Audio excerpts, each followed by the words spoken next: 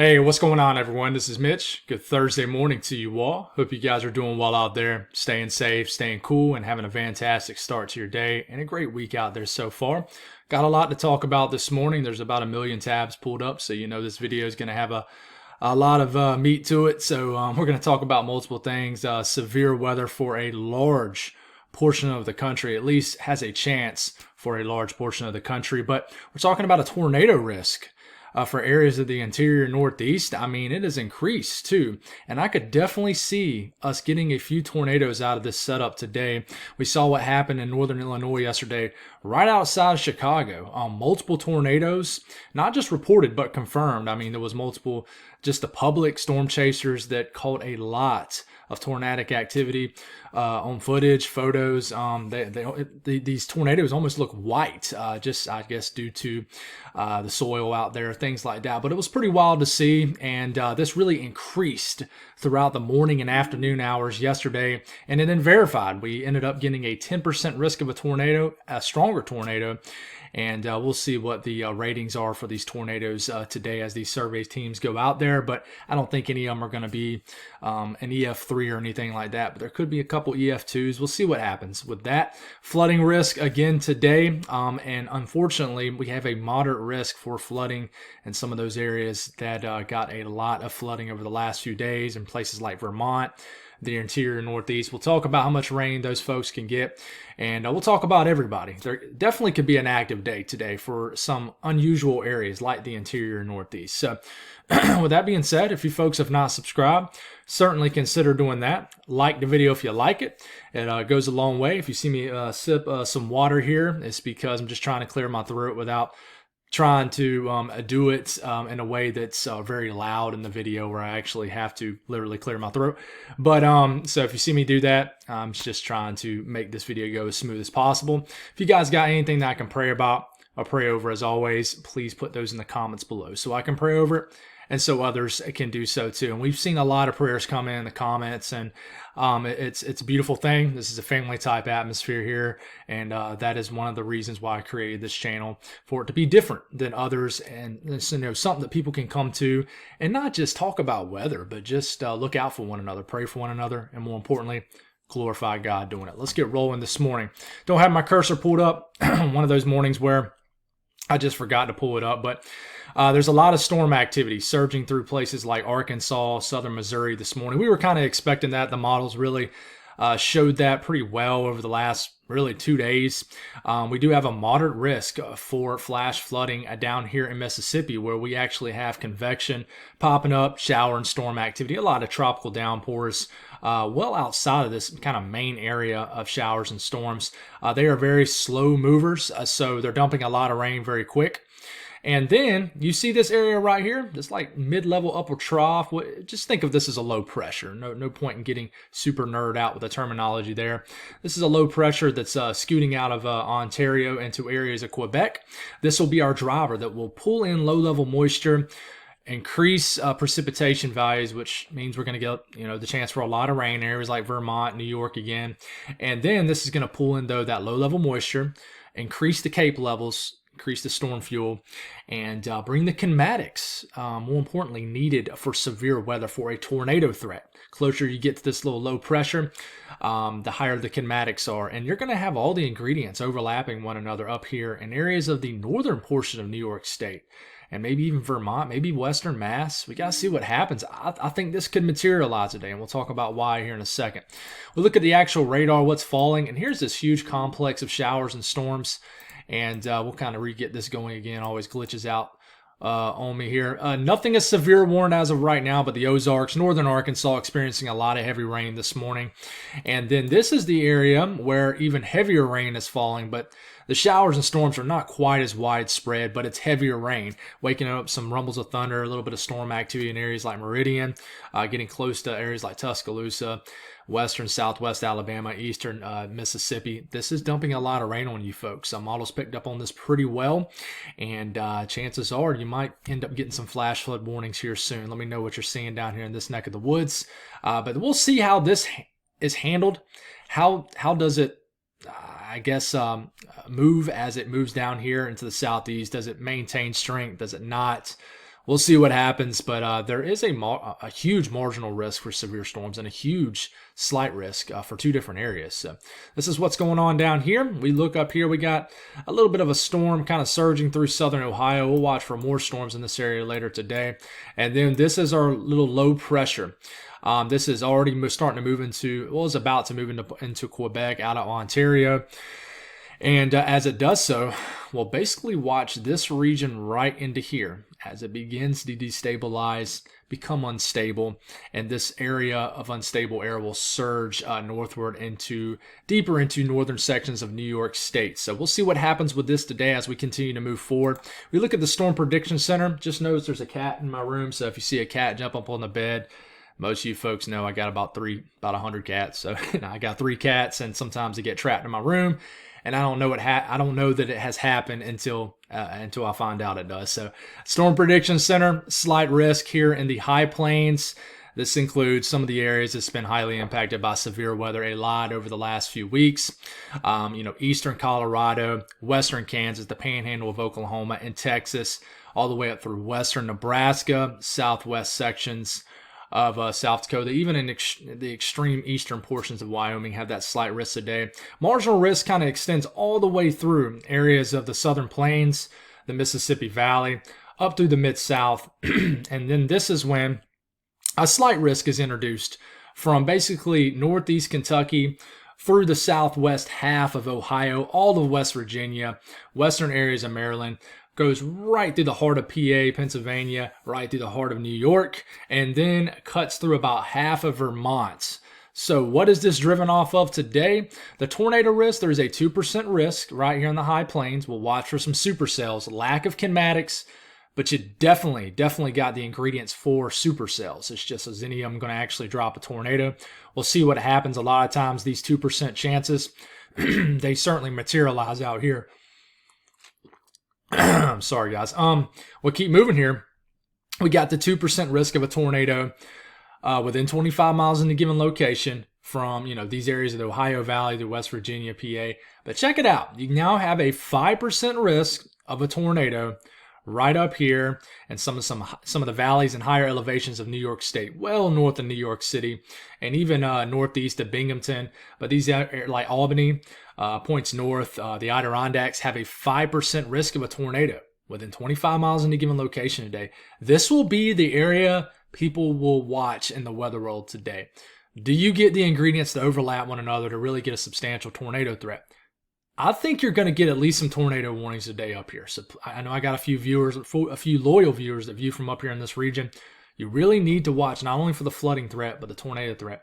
But even there's a 2% risk that extends all the way into areas like Burlington, Vermont. So the wind threat today, just that standard 15% risk of winds exceeding 50 knots or higher. That's that 55 to 60 miles per hour. And both of these regions right into here, in the yellow region, then you got the 5% risk of the same criteria. And then you got the hail threat. It's kind of broken up kind of into a bimodal mode as far as hail. Both areas have a 15% risk of hail exceeding 1 inch in diameter or larger. But then out here with these supercells expected, which I think definitely will form, not only do you have the 15% risk of hail, you got a 10% risk of significant hail, which is hail exceeding 2 inch in diameter or larger into this region. So this is something we need to watch out for with very, very large hail. Expected, even hail can mess up crops, can cause damage, not just tornadoes and wind, but hail certainly for very isolated areas can cause big issues. The excessive rainfall outlook, we're dealing with some heavy rain right here, right on top of this moderate risk here in Mississippi. This is the area where you're undergoing a flash flooding risk right now. You got a 40% risk of flash flood guidance being exceeded. And then you got this little area right here, which does include some higher terrain like the eastern hills of Kentucky, West Virginia, which most of us know is a mountainous state. And then Western Virginia, okay? And then Southeast Ohio. I think I said the entire southwest half of Ohio earlier in the video. I meant the southeast half of Ohio. But this is the concerning thing right up here, along with the tornado risk. You got a big slight risk, which is at least a 15% risk of that criteria I've mentioned a couple times already. Then you got the 40% risk in this red area, same area that's already seen several inches of rain. In fact, this looks like it's right over that area that saw 9 inches of rain from this flooding event that we had a few days ago. So that is at least a 40% risk of flash flood guidance being met. So please be aware of that. Flood watches are up for these regions, expecting a lot of rain, and then they're up for central Mississippi. And then the hot, it's going to be hot today. I mean, we know this. Most people, it's already been very hot. You got excessive heat warnings up for just about 60%, 50 to 60% of Texas, a large portion of Oklahoma. Dew points were in the upper 70s, and actual air temperatures were in the mid 90s in areas of Oklahoma, eastern Oklahoma yesterday. That is awful. That makes your heat index well over 110, 115 degrees. Of course, it's hot where it normally is this time of the year, but it's a little extra hot out here. Las Vegas will surge probably well above 110. Same thing, Phoenix, Death Valley, which is, always very hot. Death Valley will try to flirt with some all-time records next week, and we'll talk about that here in the coming videos. An update on the tropics. This Invest now has a 60% chance to develop in the next 48 hours. If it does, it'll be tropical depression or either Tropical Storm Don, which will technically take a name out the hurricane list, but it won't bother anybody except fishes out here. So we'll see what happens, and this is what potential Don looks like. It looks like a strung out wannabe subtropical system. It definitely looks like it's interacting with this upper level low. Upper level trough, which typically kind of yanks away true tropical characteristics from these systems. So we'll continue to kind of keep you updated on that. I'll give you guys an update if this does end up becoming a subtropical storm or tropical storm. Let's take a look at the southeast today. So widespread scattered showers and storms. Severe weather is likely for a lot of people. We're, of course, watching this complex of storm in northern Arkansas, and we're dealing with some heavy rain in Mississippi right now. This will continue. And by now we're, early afternoon, this afternoon, we got some downpours along the deep south, storms in Mississippi, Alabama. And then we got these storms up here, which we will talk about also. We will have separate panels for everything. And then we got the tropical downpours down here in Florida later this afternoon. Let's zoom into a couple regions. We'll talk about the deep south. We're really watching this area. We're dealing with these downpours in Mississippi right now. Does this area of showers and storms that I just showed you early in the video, does it really dissipate that fast as it gets closer to Little Rock, Memphis, northern Mississippi? We'll have to see. But the HRRR model really wants it to dissipate. But you still, by the time you get into about lunchtime, 1 p.m., you're still dealing with numerous showers and storms. Very tropical in nature. Precipitation value is very high, which means the atmosphere is squeezing out every bit of moisture possible. So these could produce a lot of rain. At the same time, you got showers and storms down here near the bayou, southern Mississippi, southern Alabama, central Alabama, panhandle Florida. You got a lot of activity. This will in general drift from the northwest to the southeast through these areas, and just typical summer type activity. Okay, I would just say today, in Mississippi and basically the southern half of Alabama, you have a little bit higher chance of showers and storms than maybe your average summer day. So, you might not get a drop of rain. You might get a downpour that gives you over an inch of rain in these regions. So I'd watch out for all those areas I just mentioned. And then as you get, into tonight, some more stronger storms could enter northern Arkansas.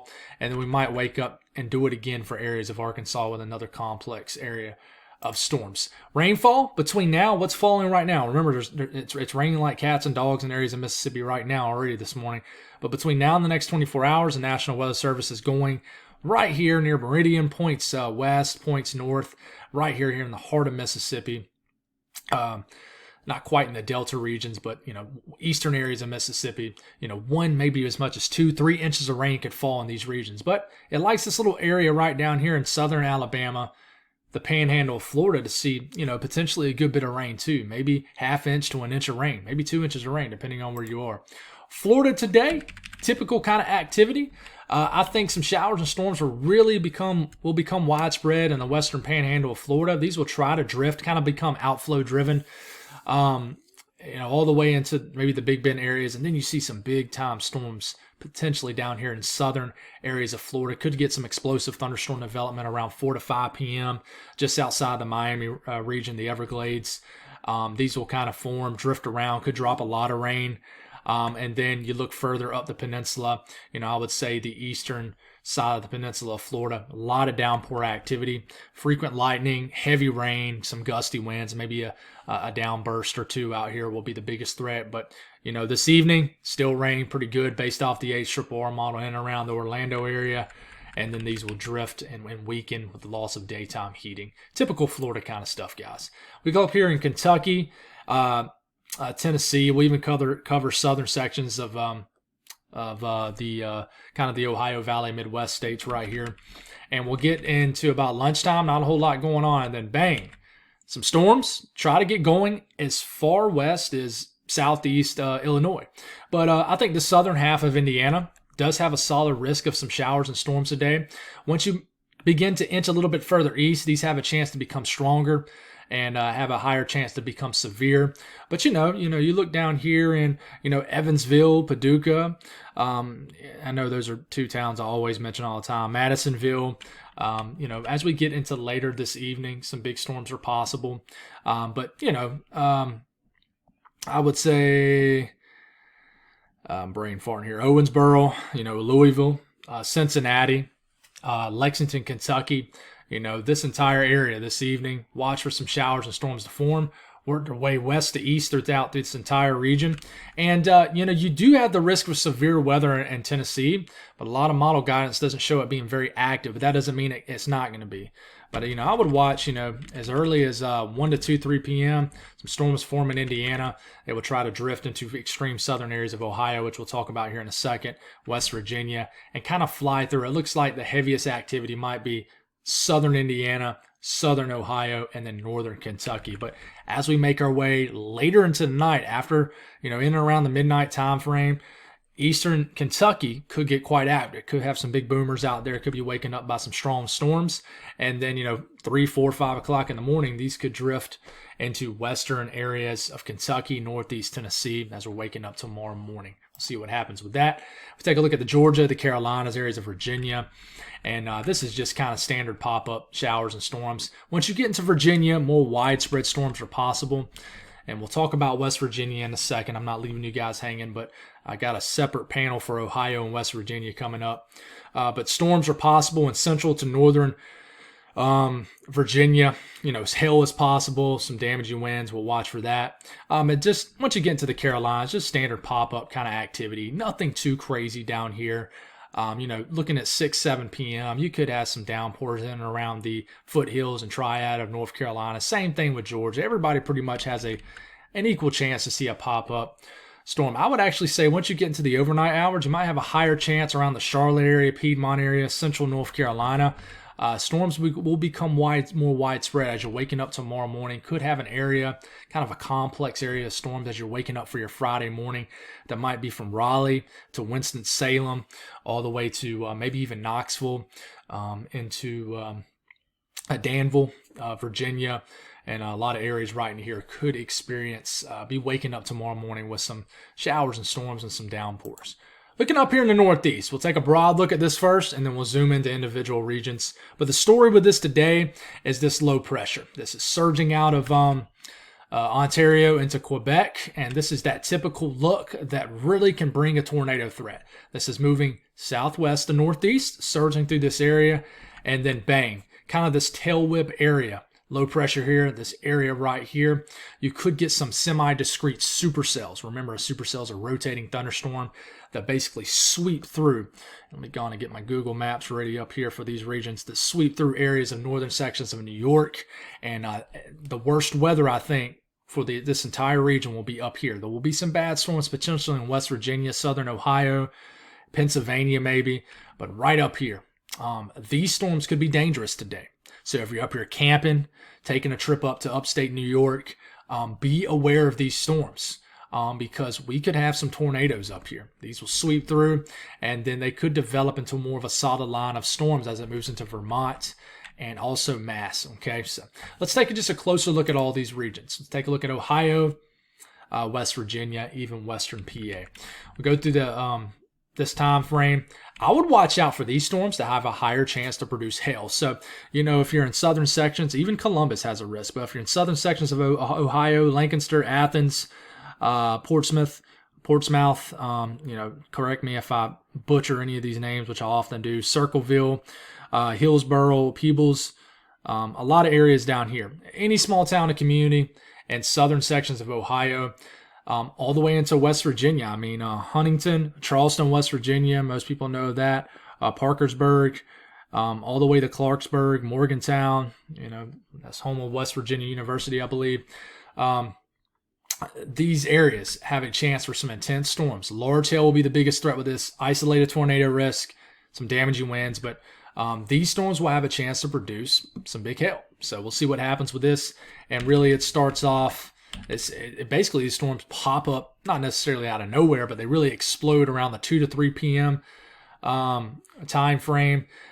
Into extreme southern Ohio. They will drift into West Virginia. I would say northern West Virginia looks based off the HRRR model, central and northern West Virginia looks to get hit hard with some big time storms. These will be strong to severe, and these will continue to surge over the same areas throughout the afternoon, the evening. We're at 8 p.m. at this point. It's still storming like crazy in areas of West Virginia. And these will finally, eventually, maybe the energy will move more so into Virginia overnight tonight. But I think a lot of rain could fall in West Virginia, tonight, later this afternoon, this evening. And in fact, you look at the National Weather Service with the rainfall between now and the next 24 hours. Certain areas, 3/4 of an inch of rain to 1.5 inches of rain could fall in the next 24 hours. This does include, southeast areas of Ohio and extreme eastern Kentucky too. So you guys are going to pick up a lot of rain, but you're going to get it in the form of big time storms. So go on and be prepared for that. The updraft Felicity swath, I don't want to ignore the tornado threat. There will be, I would watch for maybe a zoomed in tornado threat for West Virginia. You see these vibrant colors. That is where this model is trying to pick up with rotating updrafts, which doesn't mean you're going to get a tornado. It just means that these storms will be rotating. It has to latch, though, so you might get a lot of rotating thunderstorms. We'll see what happens with this today, but please be aware of that. Pennsylvania is kind of a weird state, okay? The HRRR model does not show a lot of widespread activity. I don't want to ignore Maryland either. Maryland, especially extreme western Maryland, you could get some storms, probably around 6, 7, 8 p.m. These will try to drift around, but I would say western Maryland, kind of the higher elevation region of Maryland, has the best chance for storms today, not really more so the eastern areas. But, you get into 5, 6, 7 p.m., not a lot of storm activity. Some storms are possible just south of Pittsburgh, Waynesboro, Washington, Uniontown, Greensburg. These storms are possible. Some of these hilly regions right here in southwest and southern sections of Pennsylvania could certainly get some storm activity, but it's not very widespread based off the HRRR model. Now, you look at something like the FV3 model, and it's much different. It shows explosive thunderstorms around Akron and all the small towns and communities and eastern Ohio. Shows some big time storms, and it shows a very stormy scenario around 3, 4, 5 p.m. around Pittsburgh, the northern panhandle of West Virginia. So the FV3 model is totally different with this. Okay, it shows a lot more activity, and honestly, you got to tip your hat to this model, because it's obvious that the National Weather Service Storm Prediction Center is favoring more of this scenario, with that slight risk that extends right into these regions. In fact, this would bring not only a severe weather chance, this is around 6 p.m. Eastern time, shows a lot of storm activity over West Virginia, southern and southwest sections of PA, but it looks like it's dumping a ton of rain into these regions. And look at these little mini cells out here in eastern PA. You got to watch out for these. And then this will bring a big complex of storms into West Virginia later on. So the models are definitely different. I wish I had an hour and a half to go through every single model possible, but this video is already going to be about 40 minutes long, I'm betting. But this is the big topic here today, in my opinion. As we're moving through, this is that low pressure. You can already see some big storms in Canada. I would bet there will be some storms up here in this section of Ontario and then up into Quebec later today too. It's not just a U.S. thing. If you're in this portion right here of Ontario, Quebec, I would be aware. Toronto, be aware of some nasty storms later today. But here it comes, lunchtime, 1 p.m., here comes some big storms developing. And I know this doesn't look super impressive, But man, I'm telling you, I'm trying to get this right. These storms could develop right around the Rochester area. They could threaten Syracuse, even though it doesn't look widespread. But up here to Watertown, guys, right in the middle of the Adirondacks, which obviously is mountains. There's not a lot of towns right in the middle of the Adirondacks, at least according to my Google Maps that I'm looking down at. But these storms become strong to severe around Watertown, and then they sweep through this entire region. And these cells will be dangerous. This is around 4 or 5 p.m. Luckily, this isn't happening in the evening time frame when the sun is setting or anything like that. It's really cranking up early to mid-afternoon, lasting through kind of the early portion of the evening. And then this is when your tornado threat is going to be worrisome. This extends almost all the way down to Albany. What is it, Utica? You guys tell me if I pronounce that wrong. This, flies through the northern portion of New York State. By about 6 p.m., these are knocking on the doorstep of the New York, Vermont state line. These begin to impact Burlington and then sweep through pretty much the entire state of Vermont. This is when you could still have the tornado threat, but I would say there's a damaging wind threat with this too. And you look at these storms, they are impacting, the Berkshires, Western Mass pretty hard too around late evening. This is after the sun sets. But I'm telling you guys, I really think from, I would say 2 p.m. to about 7 to 8 p.m., tornado threat in this region is going to be legit. I'm not trying to, hype anything. I'm just trying to be real with you guys. And here's the NAM. Shows a very similar setup. Line of storm sweeps through this area. It could be more just damaging winds. It very well could. But I can tell you the ingredients are going to be here for this region for tornadoes. 2 p.m., same kind of deal. These storms crank up around Watertown, move across the Adirondacks, affect areas like Albany too, that far south, blast through Burlington, and then head towards Vermont. And then make it potentially all the way to New Hampshire. Okay, so dangerous setup today. I would say it doesn't scream tornado outbreak, but this is the updraft Felicity swath, and really, it symbolizes the fact that we're going to have rotating thunderstorms in this region, supercells today. So please take this serious. The ingredients driving this is really quite simple. This low, which is up here, it surges through and increases low-level moisture into this region. Dew points will be very humid in northern sections of New York State today. Dew points will surge well into the mid to upper 60s, even maybe some 70-degree readings. So you got the low-level moisture into this region, okay? And in response to that low-level moisture increase, you got CAPE levels as early as lunchtime that spike over 1,500 joules per kilogram mixed layer CAPE in this region. So you got CAPE, even some areas well over 2,000 joules per kilogram. You got the convective fuel needed for these storms. And then you look at the kinematics, which look very worrisome to me. Okay, so you get to about early to mid-afternoon, you got a 30 to 40, 45 knot low-level jet over this region. Here's the responsible low pressure. Here's the wind field. And you have the overlapping of all these ingredients, the kinematics, the thermodynamics. This is going to create a tornado risk in this region today. This looks like a classic tornado risk for the Northeast for the middle of summer. So please be aware, rainfall is an issue today.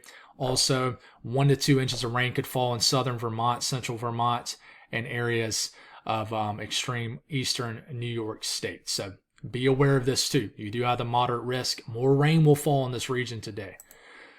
The South Central U.S., I'm going to have to pick up the pace with this video, guys. But you got supercells.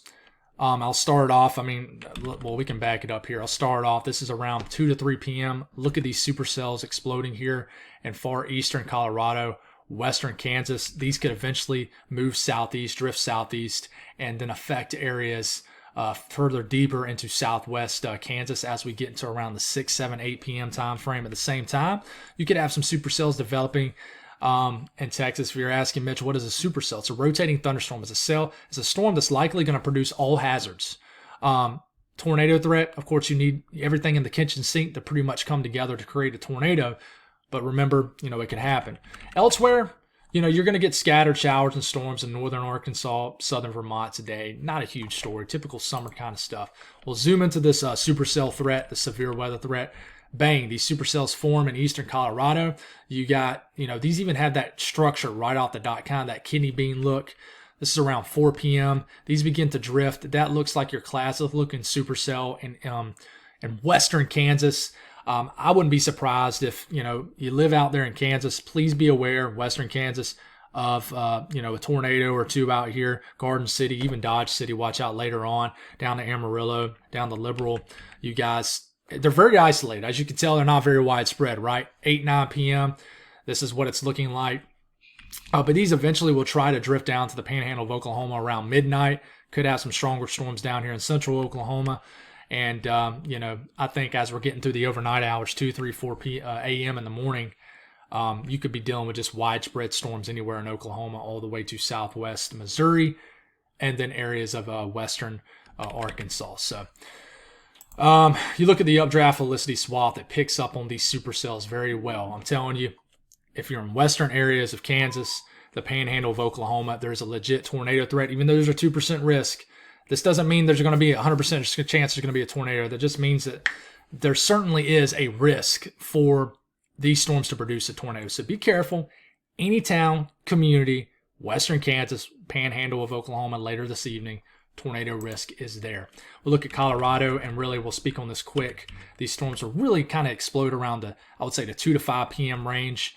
Right out here in eastern Colorado, if you're in along Burlington, Colorado, along Interstate 70 down to Highway 50, these storms could get going and then quickly move into western areas of Kansas where a legit supercell initiation could really strengthen here. But these cells could produce too. Okay, you're definitely going to have a tornado risk in eastern Colorado. So if you're in extreme eastern counties of Colorado, there's a chance for a strong storm or two, a severe storm.